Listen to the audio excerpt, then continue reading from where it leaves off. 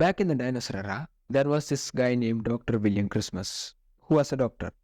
He decided to have a change in his career, so instead of saving lives, he decided to end some instead. He achieved this by creating probably the worst aircraft known to mankind. An aircraft so bad that its wings would literally break apart mid-flight and achieved an insane stat of 100% fatality rate. He also planned to use this aircraft to kidnap then Germany's emperor, Kaiser Wilhelm II. But to understand, we need to go a little bit more back in time. Despite having no experience in making aircraft, he decided to convince some people that he had made an aircraft, but it crashed into a tree and got destroyed. So he decided to burn it down so his design ideas wouldn't get copied.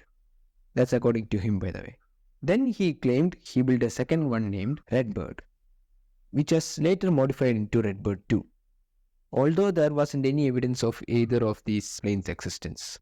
In 1910, he founded the Christmas Airplane Company, then later changed its name.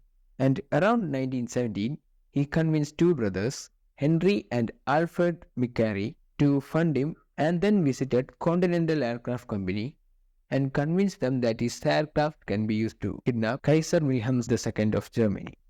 And then he convinced the US Army to give him an engine for his aircraft with the help of a secretary. The plane was built with a veneer-clad fuselage, which is a fuselage covered with a thin layer of material like wood to make it look sleek. Christmas claimed it reduced drag and was the first plane to use this technology. But it was a lie again because Germany had already made one during World War I. The aircraft lacked supportive structures like struts and braces because Christmas wanted his plane to flap like a bird. He also used wing warping technology to steer the aircraft, the same technology used by the Wright brothers.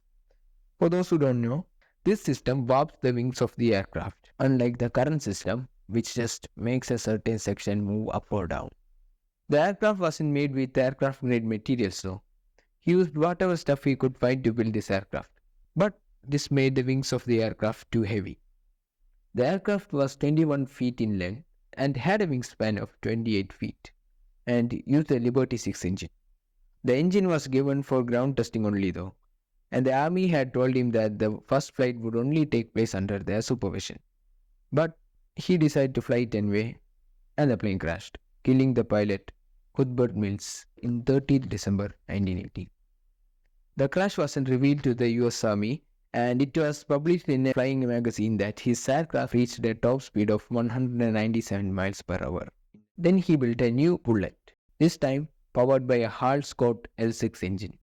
This aircraft was displayed in Madison Square Garden on 8th March 1919 as the first studless airplane.